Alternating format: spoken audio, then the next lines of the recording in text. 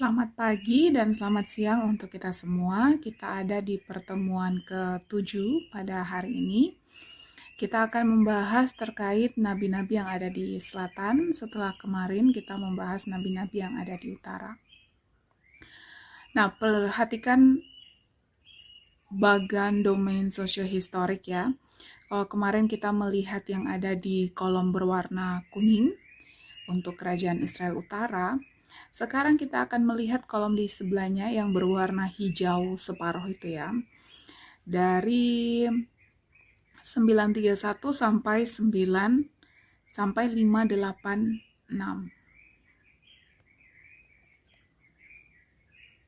Teman-teman bisa lihat di situ ada beberapa kekuasaan besar yang cukup mempengaruhi, mulai dari Asyur ya. Lalu juga ada negara-negara Siro-Palestina. Terkait dengan Nebi'im yang ada di kotak itu, teman-teman bisa perhatikan itu ada keterangan Mika, kemudian Yesaya, kemudian Nahum, Sefanya, Habakuk, Yeremia. Lalu ada juga, sebenarnya ini berkelanjutan sampai di bagian yang kotak warna biru untuk penaklukan. Itu ada beberapa Nebi'im di situ. Perhatikan yang tulisan warna biru ya, teman-teman.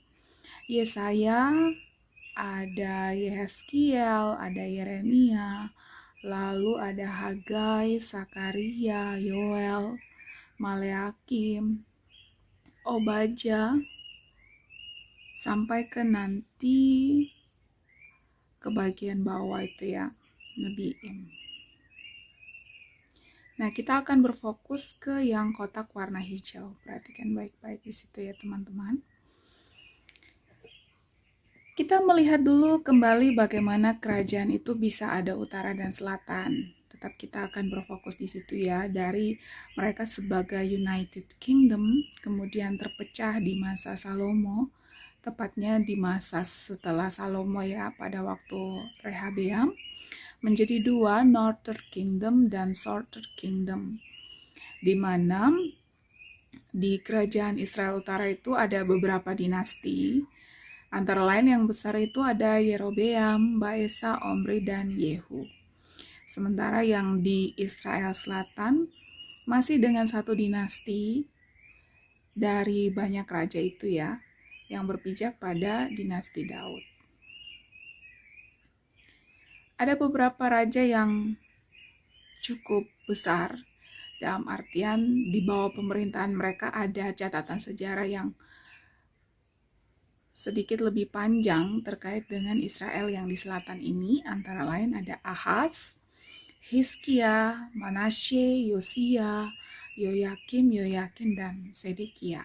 Di antara mereka ada beberapa raja yang sebenarnya bukannya tidak penting, tetapi masa pemerintahan mereka itu hanya pendek sekali, sehingga kurang mendapat perhatian. Di slide berikut, kita akan melihat bentuk tradisi dari Israel yang ada di selatan, terutama dalam 2 Raja-Raja 18 sampai dengan pasal 25. Jadi untuk bisa memahami lebih dalam terkait dengan Israel di selatan, teman-teman silakan baca 2 Raja-Raja 18 sampai dengan pasal 25. Sumber utama jelas adalah sumber D yang nantinya akan dilengkapi oleh Ketubim, khususnya ini di Tawarik. Di mana di Tawarik itu kan dia mencatat kembali sejarah keberadaan bangsa itu mulai dari penciptaan bahkan. Teman-teman bisa perhatikan tabel 23 dari Gotwal ya. Di Hebrew Bible itu teman-teman bisa lihat terkait tradisi keberadaan bangsa Israel yang di DH dengan ditawarik di tabel 23. Nah, sejarah 136 tahun terakhir dari kerajaan Yehuda dilaporkan dalam kurang lebih 96 sejarah kerajaan dari DH dan Tawarik, dan kalau ditambah cerita-cerita lain sekitar 130 ayat. Maka setiap tahun ada laporan sebanyak 1,66 ayat tiap tahun. Artinya tidak banyak cerita tentang periode ini. Periode yang dimaksud adalah periode yang mencatat tentang beberapa peristiwa yang pendek-pendek gitu ya. Nah, lalu kita melihat spektrum sumber. Mulai dari Raja Hizkia, mulai dari raja-raja nih ya. Hizkia, Manasye, dan Yosia dilaporkan oleh sumber sejarah dan sumber lainnya dalam hubungan fokusnya dengan bait suci. Karakter-karakter dari raja-raja itu pada akhirnya bergantung pada bagaimana mereka memperlakukan bait suci. Hizkia dan Yosia misalnya dianggap sebagai pembaharu bait suci, sementara Manasye dianggap sebagai penista bait suci. Sedikit sekali ayat tentang kegiatan militer Hizkia dan Manasye dan pembayaran upeti Hizkia kepada Sanherib dari Asyur sebagai negara taklukan. Relasi mereka dengan bait suci ini juga menentukan pelabelan terhadap mereka. Apakah mereka adalah raja yang baik atau raja yang buruk? Good king atau bad king. Jadi karakter-karakter dari raja itu hanya dua, raja yang baik atau raja yang buruk. Mereka bisa dikatakan baik atau buruk tergantung bagaimana mereka memperlakukan bait Allah. Khusus untuk 3 raja yang besar nih, 3 raja yang besar yang dikatakan besar dalam artian masa pemerintahan mereka cukup panjang gitu ya. Pertama, Hizkia dan Yosia dianggap sebagai good king karena mereka melakukan pembaharuan terhadap bait Allah. Sementara Manasye dipandang sebagai bad king. Ini sebenarnya serupa dengan kakeknya yaitu Ahaz ya. Dianggap melakukan penistaan terhadap bait suci. Mereka memasukkan patung-patung penyembahan, mesbah-mesbah penyembahan untuk dewa-dewa Asyur. Nah, teman-teman, kalau mau detail membaca terkait dengan karakter Manasye sebenarnya, ini menjadi salah satu tulisan saya waktu S1 dan S2 ya, terkait karakter Raja Manasye. Kenapa dia kemudian melakukan ritual, khususnya ritual pengorbanan anak ini? Karena justru dalam hasil penelitian yang saya lihat, yang dibimbing oleh Prof. John Titale itu, ini merupakan strategi untuk justru menyelamatkan bangsa itu. Sekalipun memang cara yang ditempuhnya tidak sesuai dengan kehendak Tuhan, tetapi tujuannya justru membuat pertahanan yang kuat terhadap bangsa itu. Coba dibayangkan kalau mereka melakukan pemberontakan terhadap Asyur, dan kemudian mereka akan menjadi bernasib sama dengan Israel di utara, yaitu hilang lenyap. Jadi dalam penelitian saya, tindakan Manasye adalah strategi dia justru untuk melindungi bangsanya. Yang kita bisa lihat sebenarnya dari masa memerintah dia, Manasye memerintah paling lama dari seluruh catatan sejarah raja-raja yang ada di Israel. Baik Israel Bersatu, Israel Utara, Selatan. Manasye memerintah selama 55 tahun. Seperti itu ya, jadi dia adalah raja yang memerintah paling lama. Nah, selanjutnya teman-teman, kita melihat di slide berikut terkait dengan spektrum sumber ini masih ada laporan terkait dengan kematian Yosia. Saya pikir ini kita sudah sering baca ya, khususnya di sumber D. Bagaimana Yosia itu mati muda sebenarnya. Dia akan menyusun banyak sekali reformasi nih. Ada kurang lebih 6, di mana tujuan dari reformasi yang dia lakukan itu untuk menyatukan kembali kerajaan yang terpecah. Dan dia mau menegakkan kembali dinasti Daud, bagaimana kejayaan pada masa Daud itu bisa kembali mereka alami pada masa mereka, khususnya pada masa Yosia. Nah, pada akhirnya dengan strategi yang keliru, Yosia itu menghadang Mesir ketika terjadi pertentangan antara Mesir dan Asyur. Yosia menghadang tentara Mesir di perjalanan di daerah Megiddo itu ya. Pada akhirnya dia mati di bawah tangan Firaun Neko. Ada laporan tentang tiga raja terakhir Yehuda ya dalam kedudukannya sebagai taklukan Mesir.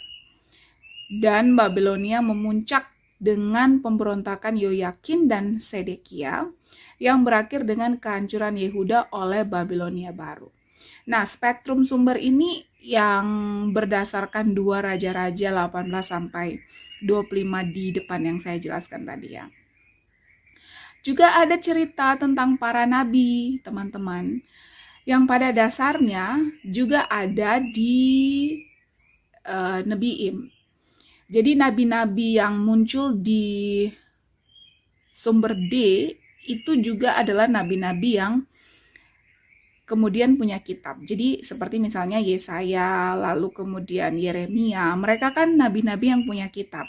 Tapi di sumber D, mereka juga sudah muncul untuk memberikan nubuat-nubuat, kritik-kritik terhadap raja-raja tertentu. Dan juga nanti berkaitan dengan isi kitab-kitab mereka, yaitu memberikan teguran terhadap raja-raja yang bersikap tidak baik. Juga ada cerita tentang Nabi Hulda dalam reformasi Yosia, khususnya yang berhubungan dengan cerita Bait Suci. Nah, Hulda ini diduga sebagai staf di Bait Suci, yang dia sangat berperan penting nantinya saat gulungan kitab itu ditemukan oleh Imam Hilkiah. Lalu kemudian mereka bertanya mau diapakan gulungan kitab itu. Hulda menjawab, apapun yang tertulis dalam gulungan kitab itu harus dilakukan. Jadi cukup penting ya peranan Hulda di sini.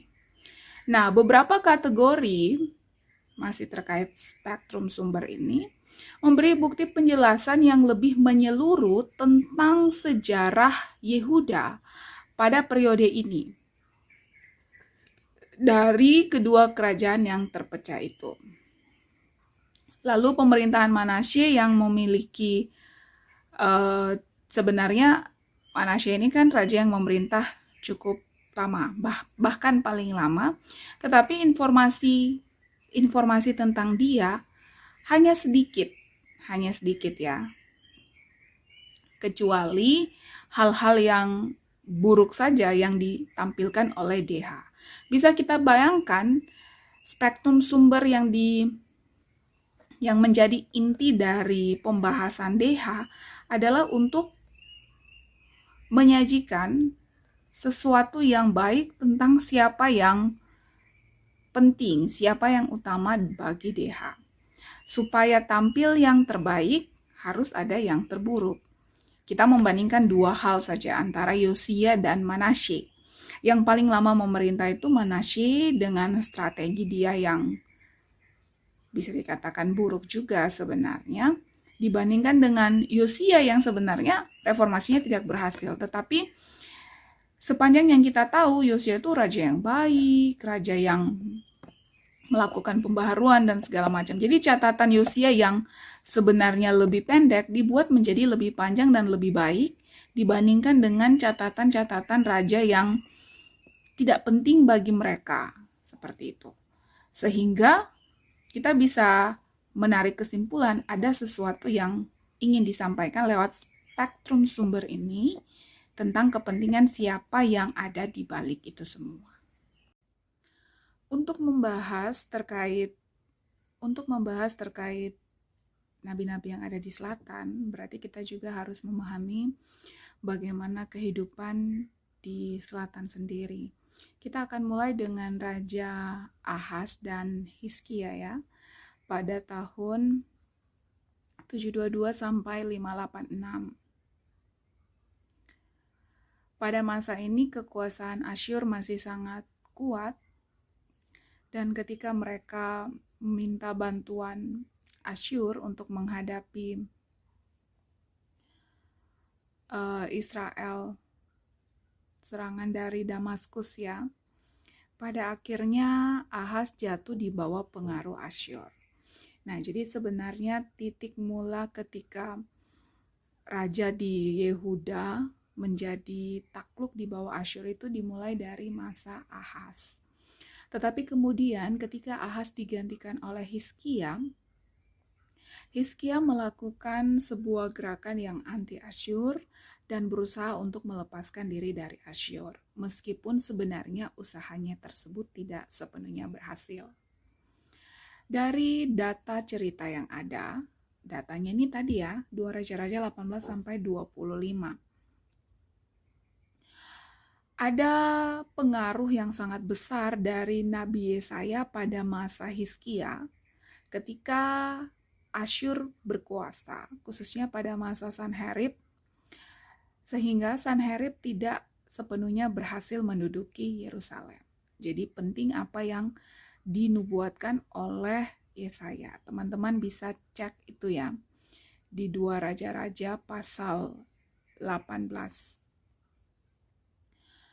Hizkia berusaha untuk melepaskan diri dari Asyur meskipun tidak sepenuhnya berhasil. Hanya paling tidak ada sebuah dasar yang diletakkan dalam sejarah kerajaan Yehuda oleh Hizkia ini, termasuk di dalamnya usaha untuk mempromosikan perayaan Paskah. Jadi perayaan Paskah ini dipromosikan oleh Hizkia ya. Dia punya peran yang sangat penting, yang merupakan suatu tradisi yang dikenal di utara tetapi kemudian sudah hilang, di mana ini merupakan sebuah upaya juga untuk menaklukkan Asyur yang berkuasa atas Israel di utara. Lalu selanjutnya kita ke Manasye di tahun 687. Manasye memerintah, dan dia memerintah selama 55 tahun, saya sudah jelaskan di depan, di mana dia berusaha untuk mengikuti strategi dari kakeknya yaitu Ahaz dengan bersedia menjadi sekutu Asyur. Dalam catatan DH, Manasye digambarkan sangat amat buruk. Sebenarnya itu upaya untuk menundukkan perlawanan atas ketaatannya kepada Asyur, atau sekedar untuk memperkenalkan kosmopolitan Asyur di Yehuda. Tema utama dari sumber D, khususnya DTR2 ya, berbicara terkait dengan Manasye ini kaitannya dengan DTR2, di mana Manasye menjadi biang kerok atau Manasye adalah penyebab utama kehancuran Yehuda. Apa yang Manasye lakukan dengan dosa-dosa dia itu menjadi penyebab Yehuda itu kemudian nanti hancur di bawah kekuasaan Babel. Jadi rentangan waktu yang panjang itu dijadikan alasan yang sangat kuat kenapa mereka bisa hancur. Padahal kalau dipikir, kita lihat dari rentangan sejarah dari posisi Manasye ke pembuangan di Babel itu kan sudah lewat beberapa tahun, beratus tahun bahkan ya. Lalu setelah Manasye, sebenarnya sebelum masuk ke Yosia itu ada Amon, tapi Amon itu hanya memerintah pendek sekali, sekitar 2 tahun saja. Jadi kita langsung masuk ke Yosia. Nih ya, penerus Manasye bernama Amon, yang kemudian dia dibunuh oleh kekuatan anti Asyur untuk menggantikan keturunan Daud. Akhirnya orang-orang dibunuh juga oleh orang-orang yang sempat mendukung Yosia. Lalu kemudian Yosia ini diangkat menjadi raja. Yosia ini merupakan raja yang paling muda ya. Dia diangkat menjadi raja pada usia 8 tahun. Bisa kita bayangkan seorang bocah 8 tahun memerintah sebuah kerajaan. Pasti ada orang-orang di belakangnya yang mensupport dia. Tetapi orang-orang di belakang ini tidak bisa menjadi raja karena posisi pada waktu itu sistem pemerintahannya itu adalah sistem pemerintahan yang bukan dari kalangan lain ya, tetapi dari garis keturunan. Sehingga Yosia yang adalah anak dari raja sebelumnya yang harus menjadi raja. Meskipun bisa kita bayangkan sistem pemerintahannya pasti diatur oleh pemegang kekuasaan dari pejabat-pejabat lainnya. Yang pada akhirnya Yosia pun seperti yang saya katakan tadi, data dari spektrum sumber itu dia mati di bawah kekuasaan Firaun Neko. Kerajaan itu tidak berhenti ketika Yosia mati, tetapi terus berlanjut sampai pada pergantian beberapa raja di tahun 609 ya. Itu ada Yoyakim, Yoyakin, dan terakhir itu nanti Sedekia. Mereka kemudian kesulitan berhadapan dengan kekuasaan Mesir yang begitu besar. Kekuasaan Mesir ini kemudian menaklukkan dan mendudukan Yoyakim sebagai penerus Yosia. Lalu terganti lagi kekuasaan dari Mesir itu digantikan dengan kekuasaan Babel yang berhasil mengusir Mesir dari wilayah selatan. Lalu kemudian Yoyakim berubah kesetiaannya ya. Yang awalnya dia setia kepada Babel karena setelah membantu mereka, tetapi kemudian akhirnya dia memberontak kepada Nebukadnezar. Alhasil di slide berikut ya, dia dideportasi sehingga terjadi pergantian kekuasaan lagi sampai pada akhirnya Sedekia memerintah bersama-sama dengan Yoyakin. Tetapi ini sebenarnya menjadi titik awal kenapa kerajaan itu nanti pada akhirnya benar-benar takluk ya di bawah kekuasaan Babel. Nah, setelah mereka dikuasai oleh Babel, tidak ada lagi raja yang memerintah. Yang pada akhirnya ada adalah seorang gubernur yang dipilih oleh Babel, dia adalah Gedalia. Tetapi kemudian Gedalia dan stafnya dibunuh juga oleh pendukung tahta Yehuda sebelumnya. Lalu mereka lari ke Mesir karena takut dibalas oleh Babel. Lalu meninggalkan Yehuda di bawah penjajahan Babilonia baru. Maka berakhirlah kerajaan itu. Jadi rentetan yang cukup panjang ya. Kalau misalnya kita melihat di utara itu lebih rapuh karena dari sisi internal mereka sudah goyah, kemudian ditambah dengan di luar mereka tidak sanggup lagi berhadapan. Nah, kalau yang di Israel Utara ini masih cukup kuat karena pergantian mereka itu masih dalam satu garis keturunan, tetapi kelemahan mereka tidak mampu untuk melakukan perlawanan terhadap kekuasaan dari bangsa asing yang gonta-ganti ya. Asyur digantikan Mesir, lalu kemudian digantikan Babel. Dalam hal ini 3 kekuasaan ini yang saling bergantian. Mereka tidak bisa, kekuatan mereka itu tidak sanggup untuk mengusir penjajah-penjajah dari bangsa lain itu. Sehingga pada akhirnya titik terlemah mereka sehingga mereka jatuh di pembuangan adalah ketika Babel berkuasa. Sejak saat itulah kerajaan itu berakhir. Nah, kita masuk sekarang ke ketika mereka ada di pembuangan ya. Bagaimana nabi-nabi ini punya peranan yang sangat penting. Nah, kita lihat nih, nabi-nabi yang tadi saya katakan di depan punya peranan penting untuk kerajaan Israel di selatan. Selanjutnya teman-teman kita akan masuk ke kebudayaan, agama, dan kritik nabi. Di awal saya mau sampaikan bahwa terkait dengan nabi-nabi yang akan saya jelaskan, saya tidak akan menjelaskan dengan tuntas. Dalam artian, ini akan menjadi tugas teman-teman nanti saat kita melakukan presentasi di minggu depan. Untuk terkait latar belakang dan kritik dari nabi-nabi ini, nanti teman-teman yang akan lebih membahasnya di bagian sosiohistoris dari presentasi teman-teman. Jadi saya hanya akan menyampaikan yang general saja. Yang pertama ada Mika, yang kedua nanti ada Yesaya, lalu akan ada juga data-data beberapa dari DH, terus ada nabi-nabi yang pada masa peralihan kekuasaan dari satu penjajah ke penjajah lain atau kolonialisme satu ke kolonialisme lain. Terus yang terakhir nanti akan ada Yeremia, gitu ya. Pertama Mika, melalui kritiknya, Mika berusaha untuk menegur cara kehidupan yang tidak mendatangkan keadilan bagi masyarakat kecil. Fokus kritik Mika adalah ketidakadilan. Dengan perasaan bahwa ia memiliki kekuatan ilahi untuk menegur kelompok-kelompok tersebut yang berlaku tidak adil dalam kehidupan Yehuda.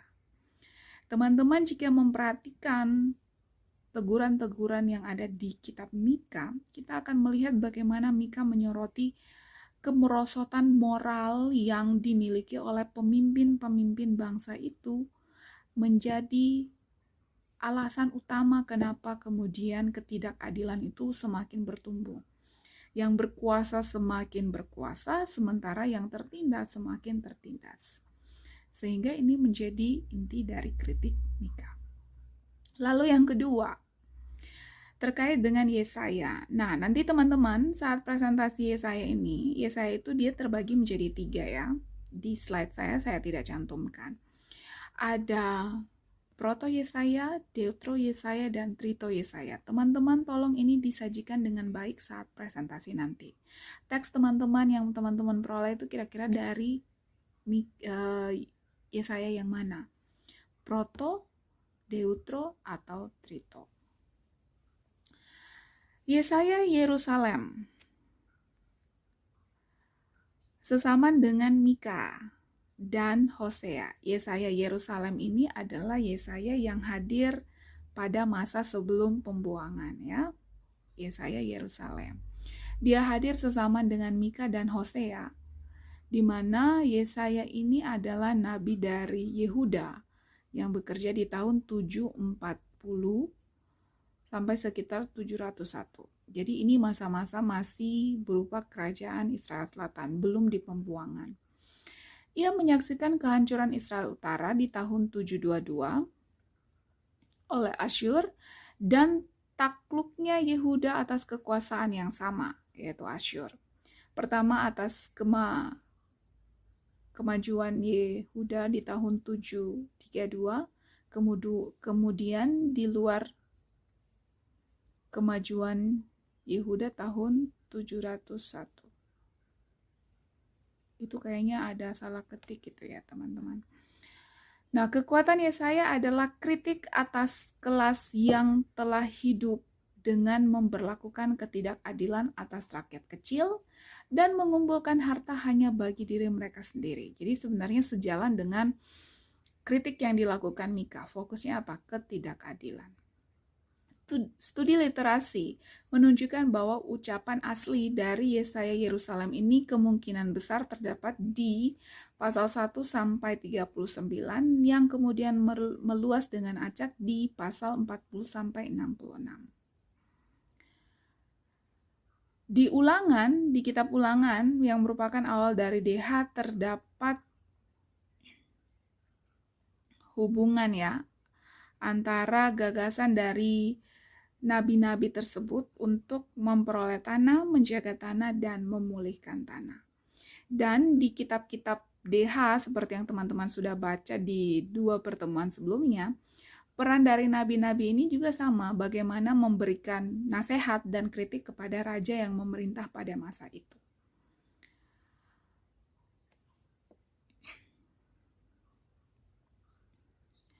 Lalu berikutnya ada nabi-nabi pada masa perubahan kekuatan internasional.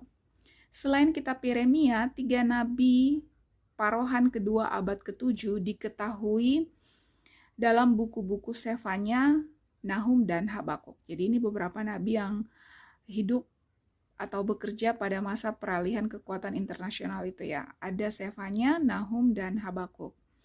Mereka berespon atau atas merosotnya dan hancurnya Asyur. Kemudian kehadiran Babilonia baru dalam perspektif yang hubungannya berdampak pada kehidupan Yehuda itu sendiri. Sefanya dalam silsilahnya cukup luas menunjukkan bahwa dia merupakan cicit dari Raja Hizkia. Teman-teman bisa lihat tuh di Sefanya, dan ayahnya seorang Israel walau memakai nama Mesir. Ethiopia Kusi, ya. Diperkirakan hadir pada masa Yosia yang memberikan kritik pedas atas ketidakteraturan kehidupan beragama penguasa. Kekuatan internasional menunjukkan bahwa ia diutus sebelum reformasi Deuteronomi. Jadi Sefanya ada. Kemudian terkait dengan teks Nahum, hanya memberikan sedikit informasi bahwa ia berasal dari Elkos. Ia berada di antara tahun 663 sampai 612 karena merujuk kepada kehancuran Asyur atas TB dan hancurnya Niniwe. Jadi terkait dengan Nahum itu erat kaitannya nanti dengan nubuat terhadap Niniwe, ya. Habakuk sama sekali tidak dituliskan dalam bukunya, tapi dikaitkan dengan munculnya Babilonia baru lewat penaklukan Mesir di Karkemis tahun 605 sebelum Saman bersama. Lalu yang terakhir ada Yeremia. Yeremia diperkirakan bekerja sejak tahun 626 sampai beberapa tahun sebelum hancurnya Yerusalem, ya. Tidak dijelaskan keterlibatan Yeremia dalam reformasi Deuteronomi, akan tetapi pekerjaannya dipahami mendahului kegagalan dari reformasi Yosia.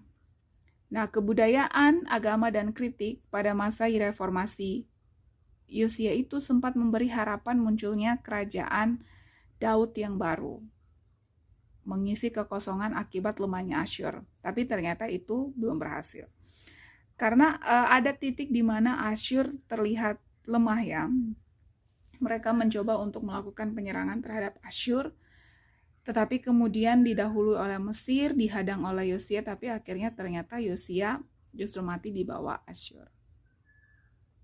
Panggilan Yeremia adalah bahwa situasi internal Yehuda yang jahat, dalam hal ini korupsi terjadi, sehingga mereka akan disapu bersih oleh Babel.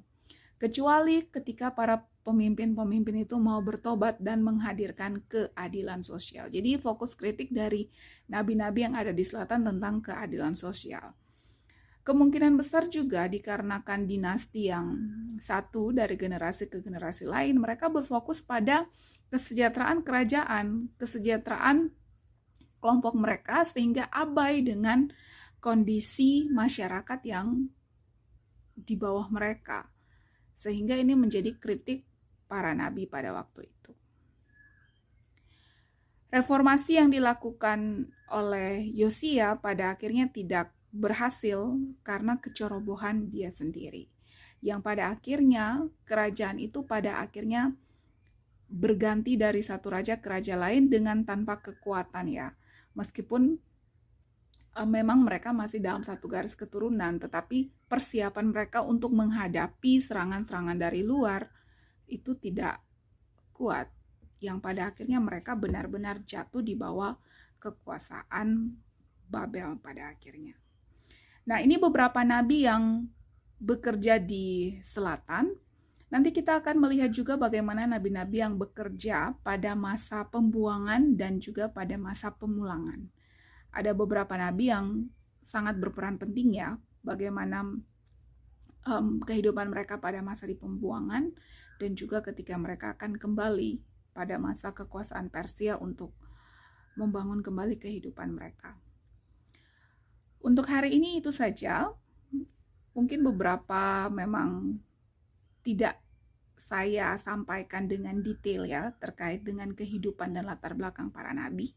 Itu akan kita bahas dalam presentasi kita terkait dengan nabi-nabi ini. Harapannya teman-teman nanti bisa menyajikan sosiohistoris dari nabi-nabi ini menjadi lebih jelas dalam presentasi-presentasi kita. Itu untuk hari ini. Jika ada pertanyaan, teman-teman kita akan bahas di Zoom. Terima kasih, Tuhan berkati.